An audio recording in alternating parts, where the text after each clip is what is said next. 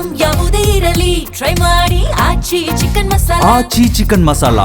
ಜನನಾಯಕನ್ ವಿಜಯ್ ತಮಿಳುನಾಡಿನಲ್ಲಿ ಧೂಳಿಪಟ, ಅಭೂತಪೂರ್ವ ಯಶಸ್ಸು. ಮುಖ್ಯಮಂತ್ರಿ ಮೊದಲ ಅಟೆಂಪ್ಟ್ ಅಲ್ಲೇ ಮುಖ್ಯಮಂತ್ರಿ. ಕರುಣಾನಿಧಿ, ಜಯಲಲಿತಾ, MGR ಆದ ನಂತರ ಆ ಒಂದು ವ್ಯಾಕ್ಯೂಮ್ ಅನ್ನ ಫಿಲ್ ಮಾಡೋದಕ್ಕೆ ತಮಿಳುನಾಡು ಜನರಿಗೆ ಇದ್ದಂತಹ ಏಕೈಕ option that is Thalapathy Vijay. Thalapathy Vijay TVK 111 ಸ್ಥಾನಗಳಲ್ಲಿ ಜಯಬೇರಿಯನ್ನ ಬಾರಿಸ್ತಾ ಇದೆ.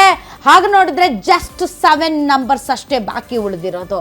ಮುಖ್ಯಮಂತ್ರಿ ಆಗುವಂತಹ ಸಾಧ್ಯತೆಯನ್ನ ಯಾರು ಕೂಡ ತಳ್ಳಿ ಹಾಕೋದಕ್ಕೆ ಸಾಧ್ಯ ಇಲ್ಲ. ಒಬ್ಬ ಸಿನಿಮಾ ಸ್ಟಾರ್ ಮತ್ತೆ ತಮಿಳುನಾಡಿನ ಮುಖ್ಯಮಂತ್ರಿ ಆಗುವಂತಹ ಇತಿಹಾಸವನ್ನ ತಮಿಳುನಾಡಿನ ಜನ ಬರೆದಿದ್ದಾರೆ. ತಮಿಳುನಾಡಿನ ಜನರ ಒಗ್ಗಟ್ಟು, ತಮಿಳುನಾಡು ಜನರ ಭಾವುಕತೆ, ತಮಿಳುನಾಡು ಜನರ ಆ ವ್ಯಕ್ತಿ ಪೂಜೆ, ಅದಕ್ಕೆ ಎಲ್ಲೇ ಇಲ್ಲ. ಎವ್ರಿಥಿಂಗ್ ಎನಿಥಿಂಗ್ ತಮಿಳುನಾಡಲ್ಲಷ್ಟೇ ಪಾಸಿಬಲ್ ಇರೋದು. ಹಾಗಾದ್ರೆ ವೀಕ್ಷಕರೇ, ಪಂಚರಾಜ್ಯಗಳ ಚುನಾವಣೆ, 2 ಬೈ ಎಲೆಕ್ಷನ್, ಕರ್ನಾಟಕದ್ದು ಈ ಒಟ್ಟಾರೆ ಏನು ಮೆಸೇಜ್ ಅನ್ನೋದಕ್ಕೆ ಸಂಬಂಧಪಟ್ಟಂತೆ ಅತಿಥಿಗಳು ನಮ್ಮೊಂದಿಗಿದ್ದಾರೆ. ಬನ್ನಿ ಅವ್ರನ್ನ ವೆಲ್ಕಮ್ ಮಾಡೋಣ. ನಮ್ಮೊಂದಿಗೆ ಇದ್ದಾರೆ ಹಿರಿಯ ಪತ್ರಕರ್ತರು ಮತ್ತು ರಾಜಕೀಯ ವಿಶ್ಲೇಷಕರು ರವೀಂದ್ರ ರೇಷ್ಮೆ ಅವರು. ಸರ್, ತಮಗೆ ವಿಶೇಷ ಕಾರ್ಯಕ್ರಮಕ್ಕೆ ಸ್ವಾಗತ. JDS ವಕ್ತಾರರಾದಂಥ ಅಶ್ವಿನ್ ಇದ್ದಾರೆ. ಅಶ್ವಿನ್, ತಮಗೂ ಸ್ವಾಗತ. ಇನ್ನು BJP ವಕ್ತಾರರಾದಂಥ ಪಟಾಪಟ್ ಶ್ರೀನಿವಾಸ್ ಅವರಿದ್ದಾರೆ. ಸರ್, ತಮಗೂ ಸ್ವಾಗತ. ರಘು ದೊಡ್ಡೇರಿ, ಕಾಂಗ್ರೆಸ್ ವಕ್ತಾರರು ನಮ್ಮೊಂದಿಗೆ ಜಾಯ್ನ್ ಆಗಿದ್ದಾರೆ. ರಘು ದೊಡ್ಡೇರಿ ಅವರೇ, ತಮಗೂ ಸ್ವಾಗತ. ರವೀಂದ್ರ ರೇಷ್ಮೆ ಸರ್, ನಿಮ್ಮ ಚಾಯ್ಸ್, ಯಾರ ಬಗ್ಗೆ ಫಸ್ಟ್ ಮಾತಾಡ್ತೀರಿ? ಏನಿರಲಿ, ಈ 5 ರಾಜ್ಯಗಳ ಅಸೆಂಬ್ಲಿ ಚುನಾವಣೆಯಲ್ಲಿ ಅಸ್ಸಾಂ ಮತ್ತು ಪುದುಚೇರಿ ಬಿಟ್ಟರೆ ಉಳಿದ 3 ಕಡೆ ಪ್ರಭುತ್ವ ವಿರೋಧಿ ಅಲೆ, ಆ್ಯಂಟಿ ಇನ್ಕಂಬನ್ಸಿ ಅನ್ನೋದು ಪ್ರಚಂಡ ಚಂಡಮಾರುತ ಥರ ಬೀಸ್ಬಿಟ್ಟಿದೆ. ಅದರಲ್ಲೂ ಈ ದಿಗ್ಗಜಗಳು MK ಸ್ಟಾಲಿನ್, ಮಮತಾ ಬ್ಯಾನರ್ಜಿ ಮತ್ತು ಪಿಣರಾಯಿ ವಿಜಯನ್. ಇವರಿಬ್ಬರ ಪೈಕಿ ಪಿಣರಾಯಿ ವಿಜಯನ್ ಸ್ವಲ್ಪ ಭಾಳ ಶ್ರೂಡ್ ಆಪ್ರೇಟರ್ ಅವರು. BJPಗೆ ಸೈದ್ಧಾಂತಿಕ ಟೀಕೆ ಮಾಡಿಬಿಟ್ಟು ಪ್ರೈಮ್ ಮಿನಿಸ್ಟರ್ ಜೊತೆಗೆ ಒಳ್ಳೆ ಸಂಬಂಧ ಇಟ್ಬಿಟ್ಟು ಪ್ರಾಜೆಕ್ಟ್ಸ್ ತಗೊಳ್ತಾ ಇದ್ರು. ಅದು ನಡೀಲಿಲ್ಲ. ಒಟ್ಟಾರೆ ಇದರ ಸಂದೇಶ ಏನು ಅಂದರೆ, ಈ ಚುನಾವಣಾ ಫಲಿತಾಂಶದ್ದು ಅಶಿಸ್ತು, ಅಹಂಕಾರ ಮತ್ತು ಅರಾಜಕತೆಯಲ್ಲಿತ್ತೋ ಅದಕ್ಕೆ ಸೋಲಾಗಿದೆ. ಎಲ್ಲಿ ಅಭಿವೃದ್ಧಿ ಮತ್ತು ಆಶಾವಾದದ ಒಂದು ಭರವಸೆ ಇತ್ತು, ಅವ್ರನ್ನ ಗೆಲ್ಲಿಸ್ಬಿಟ್ಟಿದ್ದಾರೆ. ಹೀಗಾಗಿಬಿಟ್ಟು ಬರೀ ಹಿಂದುತ್ವದೇ ನಡೀತಾ ಇರಲಿಲ್ಲ, ಅದ್ರ ಜೊತೆಗೆ ಒಂದು ಅಭಿವೃದ್ಧಿ ಅಜೆಂಡಾ ಇದೆ. ಮೋದಿ ಹೋದಲ್ಲಿ ಅಮಿತ್ ಶಾ ಮೋದಿಯಲ್ಲಿ ಪ್ರಚಾರ ಮಾಡಿತ್ತು. ಆಮೇಲೆ ಅಸ್ಸಾಂ ಚೀಫ್ ಮಿನಿಸ್ಟರ್ ಅಷ್ಟೇ, ಆತ ತುಂಬ ಪ್ರೊಆ್ಯಕ್ಟಿವ್ ಆಗಿದ್ದರೂ ಕೂಡ ಕಣ್ಣಿಗೆ ಗೋಚರವಾಗುವಂಥ ಬದಲಾವಣೆಯಲ್ಲಿ ತಂದುಬಿಟ್ಟಿದ್ದಾರೆ ಅಸ್ಸಾಂನಲ್ಲಿ. ಆ ಅಸ್ಸಾಮಿನ ಅಭಿವೃದ್ಧಿಗೆ ಕ್ರೆಡಿಟ್ ನಿಜಕ್ಕೂ ಸಲ್ಲಬೇಕಾಗಿರೋದು ನಮ್ಮ ದೇವೇಗೌಡರಿಗೆ. ದೇವೇಗೌಡರು 10 ತಿಂಗಳು ಪ್ರಧಾನಮಂತ್ರಿ ಆಗಿದ್ರಲ್ಲ, ಅದೇ ಮೊದಲ ಬಾರಿಗೆ ಒಬ್ಬ ಪ್ರಧಾನಮಂತ್ರಿ 7 ರಾಜ್ಯಕ್ಕೆ 6 ದಿವಸ ದಿನ ಒಂದೊಂದು ರಾಜ್ಯಕ್ಕೆ ಭೇಟಿ ಕೊಟ್ಟರು. ಭೇಟಿ ಕೊಟ್ಬಿಟ್ಟು 6,000 ಕೋಟಿ ಪ್ಯಾಕೇಜ್ ಅನೌನ್ಸ್ ಮಾಡಿದರು. 1997ರಲ್ಲಿ 6,000 ಕೋಟಿ ಪ್ಯಾಕೇಜ್ ಅನ್ನೋದು ಭಾಳ ದೊಡ್ಡದು. ದೇವೇಗೌಡರು ಅಡಿಗಲ್ಲಿ ಹಾಕಿದ ಯೋಜನೆಗಳೆಲ್ಲ ಮೋದಿ ಕಾಲದಲ್ಲೆಲ್ಲ ಅನುಷ್ಠಾನ ಆಗ್ತಾ ಬಂದ್ಬಿಟ್ಟು. ಅದು ಈ ಥರದ ಮುಖ್ಯಮಂತ್ರಿ ಮೊದಲೇ ಕಾಂಗ್ರೆಸ್ನಲ್ಲಿ ತಾಲೀಮ್ ಮಾಡ್ಕೊಂಡು ಹೋಗಿ BJP ಸೇರಿಕೊಂಡು ಇಡೀ ಈಶಾನ್ಯ ಪ್ರಾಂತದಲ್ಲಿ BJPನ ಗೆಲ್ಲಿಸ್ತಾ ಬಂದಿದ್ದಾನೆ ಈ ಹಿಮಂತ್ ಬಿಸ್ವಾ ಶರ್ಮಾ. ಆಲ್ಮೋಸ್ಟ್ ಕಾಂಗ್ರೆಸ್ನ ಹೊಡೆದು BJPಗೆ ತಂದಿದ್ದಾರೆ. ಇವರು ಅಷ್ಟೇ. ಈ ನಮ್ಮ ಸುವೇಂದು ಅಧಿಕಾರಿ ಅವರು ತೃಣಮೂಲ ಕಾಂಗ್ರೆಸ್, ಅದಕ್ಕಿಂತ ಮುಂಚೆ ಕಾಂಗ್ರೆಸ್ಸು, ಆಮೇಲೆ ಅಲ್ಲೆಲ್ಲ ತರಬೇತಿ ಪಡ್ಕೊಂಡ್ಬಂದು BJPನ ಗೆಲ್ಲಿಸ್ಬಿಟ್ಟಿದ್ದಾರೆ. ಈಗ ಇದರಲ್ಲಿ ಏನಾಗ್ಬಿಡ್ತು, ಈಕೆ ಮಮತಾ ಬ್ಯಾನರ್ಜಿ ಆಡಳಿತಕ್ಕಿಂತ ಆಂದೋಲನ ಜೀವಿ ಆಗೋಗ್ಬಿಟ್ರು. ವಾರಕ್ಕೆ 2 ದಿವಸ ಪ್ಲಕಾರ್ಡ್ ಹಿಡ್ಕೊಂಡ್ಬಿಟ್ಟು ರಸ್ತೆ ಪ್ರತಿಭಟನೆ ಮಾಡ್ತಾ ಕೂತ್ಕೊಳ್ಳೋದು. ಪ್ರತಿಭಟನೆ ಮಾಡೋ ಹಕ್ಕು ಮುಖ್ಯಮಂತ್ರಿ ಮಂತ್ರಿಗಳಿಗೆಲ್ಲ, ಬೇಕಾದ್ರೆ MLAಗಳು ಪ್ರತಿಭಟನೆ ಮಾಡ್ಬೋದು. ನಾವು ಸಿದ್ದರಾಮಯ್ಯನವ್ರ ಬಗ್ಗೆ ಅದನ್ನೇ ಇವ್ರು ಜಂತರ್ ಮಂತರಲ್ಲಿ ಹೋಗಿ ಉಪವಾಸ ಮಾಡೋದು, ಗಾಂಧಿ ಪ್ರತಿಮೆ ಹತ್ರ ಹೋಗಿ ಉಪವಾಸ ಮಾಡೋದು. ಮಂತ್ರಿಗಳು ಮಾಡೋ ಹಾಗಿಲ್ಲ. ಅದು ಯಾಕಂದ್ರೆ ಸವಿನಯ ಕಾನೂನು ಭಂಗ ಪ್ರತಿಭಟನೆ ಅಂತಾರೆ ಗಾಂಧೀಜಿಯವರು ಹೇಳಿದ್ರು. ಅಸಹಕಾರಕ್ಕೆ ವೇದಿಕೆಗಳಿದೆ ಫೈಟ್ ಮಾಡಲಿಕ್ಕೆ, ಬೀದಿ ಹೋರಾಟ ಅಲ್ಲ. ಈಗ ಬರೀ ಬೀದಿ ಹೋರಾಟದಲ್ಲಿ ಮುಳುಗ್ಬಿಟ್ಲು.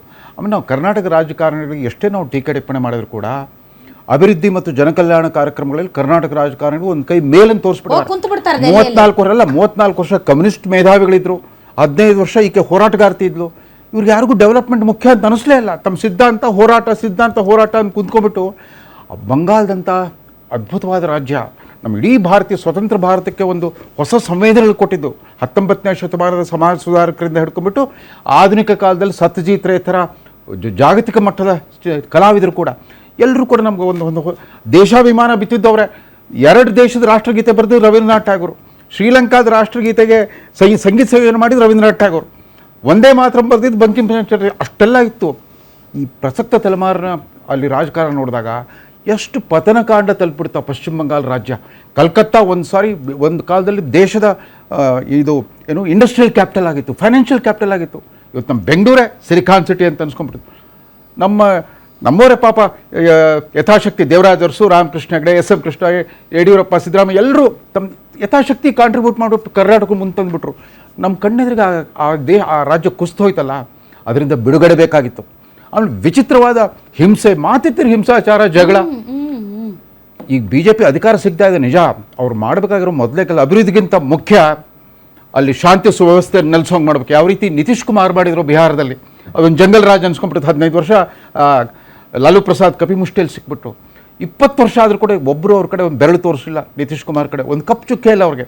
ಇವತ್ತು ಬಿಜೆಪಿ ಗೆಲ್ತಾ ಇದೆ ಅಂತ ಗೊತ್ತಾಗ್ತಾ ಇದ್ದ ಹಾಗೆ ಬಿಜೆಪಿ ಕಾರ್ಯಕರ್ತರು ಹೋಗಿ TMCಯ ಏನು ಘಟಕಗಳ ಇದಾವೆ ಅಲ್ಲೆಲ್ಲ ಹೋಗಿ ಪೀಠೋಪಕರಣಗಳಿಂದ ಧ್ವಂಸ ಮಾಡಿದ್ದಾರೆ. ಹೌದು. ನಾನು ಹೇಳೋದು ಬಂಗಾಳದ ರಾಜಕೀಯ ಸಂಸ್ಕೃತಿಯನ್ನು ಬದಲಾಯಿಸಬೇಕು, ದಟ್ ಪೊಲಿಟಿಕಲ್ ಕಲ್ಚರ್ ಚೇಂಜ್ ಮಾಡಬೇಕು. ಜನಾದೇಶ ಕೊಟ್ಟಿರೋದು ಅದಕ್ಕೆ. ನಿಲ್ಲಿಸಿ ಇದು ಈ ಥರದ ಹಿಂಸಾಚಾರ, ಗುಂಡಾಗಿರಿ. ಆಮೇಲೆ ಕೇಡರ್ ಬೇಸ್ಡ್ ಪಾರ್ಟಿ ಅಂತಿದ್ರಲ್ಲ, ಕೇಡರ್ ಅಂದರೆ ಏನದು? ಪುಂಡು ಪೋಖ್ರಿಗಳೆಲ್ಲ ಕೇಡರ್ಗಳು. ಅವರೆಲ್ಲ ನಾನ್ ಸ್ಟೇಟ್ ಆ್ಯಕ್ಟರ್ಸ್. ಯಾವ ರೀತಿ ಪಾಕಿಸ್ತಾನ ಪ್ರಚೋದಿತ ಭಯೋತ್ಪಾದಕರಿದಾರಲ್ಲ, ಅವ್ರಿಗೇನು ಕಾನ್ಸ್ಟಿಟ್ಯೂಷನ್ ಇಲ್ಲ, ಕಾನೂನಿಲ್ಲ, ಅವ್ರಿಗೆ ಫ್ರೀಡಮ್ ಕೊಟ್ಬಿಟ್ಟಿದ್ದಾರೆ. ಸರ್ಕಾರಿ ಕಚೇರಿಗಳು ಕೂತ್ಕೊಂಡ್ಬಿಟ್ಟು ವಸೂಲಿ ಮಾಡ್ತಾಯಿದ್ರು. ಜನಸಾಮಾನ್ಯರು ಸಣ್ಣ ಸಣ್ಣ ಬವಣೆಗಳಿಗೆ ಸರ್ಕಾರಿ ಕಚೇರಿಗಳಿಗೆ ಹೋಗ್ಬಿಟ್ರೆ ಅದು ಕಮ್ಯುನಿಸ್ಟಿಂದ ಶುರುವಾಯಿತು. ಅವ್ರನ್ನೆಲ್ಲ ಈಕೆ ಹೈಜಾಕ್ ಮಾಡ್ಕೊಂಡಿದ್ಲು, ಅವರು ಅದನ್ನು ಮುಂದುವರಿಸ್ಬಿಟ್ರು. ಹಿಂಗಾದಾಗ ಜನರ ಸಹನೆಗೆ ಒಂದು ಮಿತಿ ಇರುತ್ತೆ. ಹೌದು, ಮಮತಾ ಬ್ಯಾನರ್ಜಿ ಸರಳ ಜೀವನ ಶೈಲಿ, ವ್ಯಕ್ತಿಗತವಾಗಿ ಭ್ರಷ್ಟಾಚಾರದ ಆರೋಪ ಇಲ್ಲ, ಬಟ್ ಅವ್ರ ಮಂತ್ರಿಗಳು ಎಂತೆಂಥ ದೊಡ್ಡ ದೊಡ್ಡ ಭ್ರಷ್ಟಾಚಾರ ಸಿಕ್ಕಾಕೊಂಡ್ಬಿಟ್ರು. ಆ ಮಹಾಶಯ ನಂಬರ್ 2 ಟೀಚರ್ ಸ್ಕ್ಯಾಮ್ನಲ್ಲಿ ಕೋಟ್ಯಾಂತರ ರೂಪಾಯಿ ನಗದು ಹಣ ಸಾತನ ಸಿಕ್ಬಿಟ್ಟು ಜೈಲ್ಗೆ ಹೋಗಿ ಬಂದ. ಆ ಥರದ ಘಟನಾವಳಿಗಳು ನಡೆದಿದ್ದು. ಆಮೇಲೆ ಬಹುತೇಕ ಈ ಶೆಲ್ ಕಂಪ್ನಿಗಳೆಲ್ಲ ಕಲ್ಕತ್ತಾದಲ್ಲೇ ಫ್ಲರಿಶ್ ಆಗ್ತದೆ. ಕರ್ನಾಟಕ ಕೆಲವು ಹಗರಣಕ್ಕೆ ಸಂಬಂಧಪಟ್ಟಂತೆ ಶೆಲ್ ಕಂಪ್ನಿಗಳೆಲ್ಲ ಕಲ್ಕತ್ತಾದ್ದೇ. ಆ ಥರದೊಂದು ಕುಖ್ಯಾತಿ ಬಂದುಬಿಡ್ತಲ್ಲ. ಬಂಗಾಲದಂಥ ರಾಜ್ಯ ಇಡೀ ದೇಶಕ್ಕೆ ಸ್ಫೂರ್ತಿಯಾಗಿದ್ದು. ಆ್ಯಂಡ್ ಬಂಗಾಲ್ ಎಂಥ ನತದೃಷ್ಟ ರಾಜ್ಯ ಅಂದರೆ 2 ಸಾರಿ ಅದನ್ನು ವಿಭಜನೆ ಆಯಿತು. ಬ್ರಿಟಿಷ್ ಒಂದು ಸಾರಿ ವಿಭಜನೆ ಮಾಡಿದ್ರು, ಸ್ವಾತಂತ್ರ್ಯ ಮತ್ತೊಮ್ಮೆ ವಿಭಜನೆ ಆಯಿತು.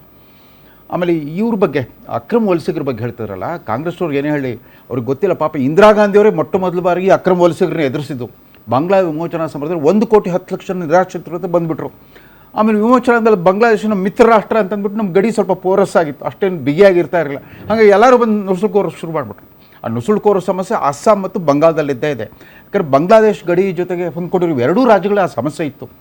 ಆಮೇಲೆ ಅಕಸ್ಮಾತ್ ನೀವು SIR ಮಾಡದೆ ಹೋಗಿದ್ರೆ ಏನಂತಿದ್ರಿ, ಮಹದೇವಪುರ ಆಲಂದಲ್ಲ ಆದಂಗೆ ಡುಪ್ಲಿಕೇಟ್ ಮತದಾನ ಆಯಿತು, ಸತ್ತವರೆಲ್ಲ ಬಂದು ಓಟ್ ಹಾಕಿದ್ರು ಅಂತ ಹೇಳ್ತಿದ್ರಿ. ಈಗ ಶುದ್ಧೀಕರಣ ಮಾಡಿದ್ಮೇಲೆ ನಮ್ಮ ಮತದಾರ ನಮ್ಮ ವೋಟ್ ಬ್ಯಾಂಕ್ಗಳನ್ನು ಕಿತ್ತಾಕೋದಕ್ಕೆ ಮಾಡಿದ್ರಿ ಅಂತ ಹೇಳೋದು. ಐದರ್ ವೇ SIR ಮಾಡದೇ ಇರಲಿ, ನರೇಂದ್ರ ಮೋದಿಗೆ ತಮಿಳ್ನಾಡು ಗೆಲ್ಲಕ್ಕಾಯ್ತಾ, ಕೇರಳ ಗೆಲ್ಲಕ್ಕಾಯ್ತಾ, ಅಥವಾ ಇತರ ರಾಜ್ಯಗಳಲ್ಲಿ ಈ ಪಂಜಾಬ್ನಲ್ಲಿ ಗೆಲ್ಲಕ್ಕಾಯ್ತಾ?